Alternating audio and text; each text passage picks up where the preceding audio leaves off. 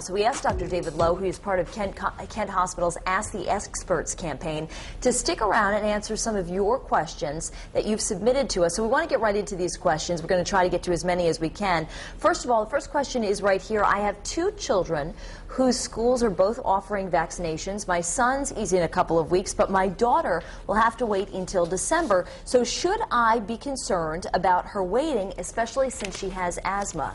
What do you think? Well, there's a shortage. We're going to have to wait for vaccine. Till when? Till it's available, and I would expect 1 to 2 months. And so by the end of the year? It depends if the eggs are able to grow the virus. If they have good virus yield, they'll be able to make the vaccine. But we do have good treatment for this strain of influenza.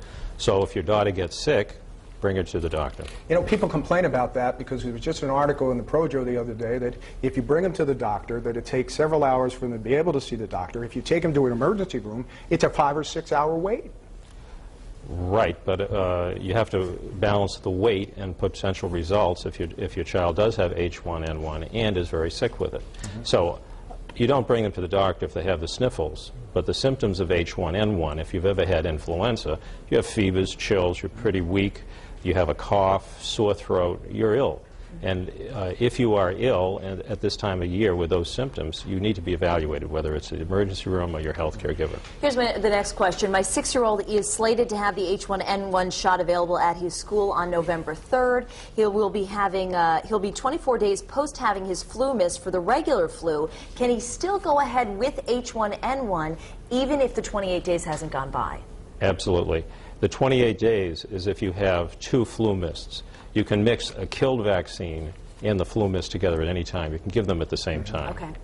Let me continue with this question. My grandmother may have come in contact with H1N1.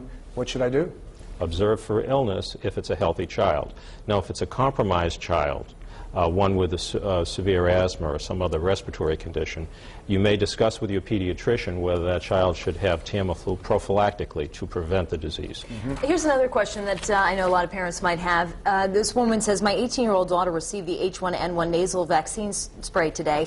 After she had it, she said that a small amount came back out. How do you know that they received enough if it kind of like drips down a little bit? A small amount will come out normally. Okay. The person that gives the vaccine should know if they got the dose up there. You know, this young woman, this 12-year-old that died, it still hasn't been determined yet whether it was H1N1 that was the cause for it. If it turns out to be that it was the cause for it, I'm assuming it would be the first in the state. Are you ready for, I won't say panic, but for a lot of people, especially parents with school-age children, who are extremely petrified of what's taking place? Fear cures no infection that I know about. Knowledge takes care of infection. The first thing you do is, if you have vaccine available, get the vaccine. The second thing is observe your child for illness. If your child is significantly ill, they have to be evaluated because there is treatment. Third thing is teach your children good hygiene. Basically, cover your nose or mouth when you sneeze or cough.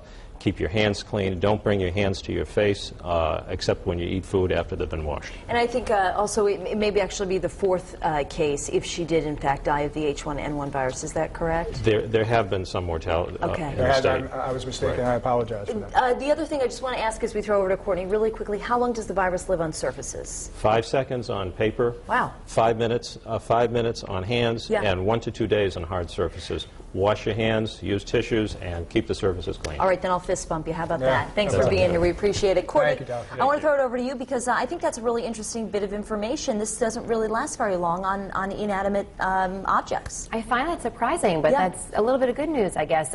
Everybody on here is looking to get the shot, and they're trying to find out where and when they can do this, and also for their kids, because there seems to be a little bit of a delay.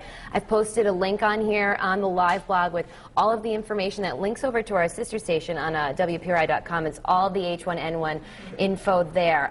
They are taking part in our poll today. We're asking all of you at home, has the recent H1N1 related death changed your mind about the H1N1 vaccine? And your choices are A, yes, I'm definitely getting it now. B, no, I was already in favor. C, no, I am still not in favor. or D, I have not made up my mind. We've had a lot of comments on our Facebook page today. I was able to post some info earlier. And Lisa says it's just precautionary measures. I planned on getting one anyway. And she says she also gets the regular flu shot. Jeff Keegan says, yes, I'll be getting it. By far, considering it's local to me, I guess he lives in Bristol, it definitely has made him more aware and wanting the H1N1 vaccine. And Cynthia Velez also says she plans to get it. She has already vaccinated her little ones. So everyone seems to be on the same page. Of course, if you have some more questions, we have all that info for you. Hopefully we can answer that for you. But I'll be back in 30 minutes with your poll results. For now.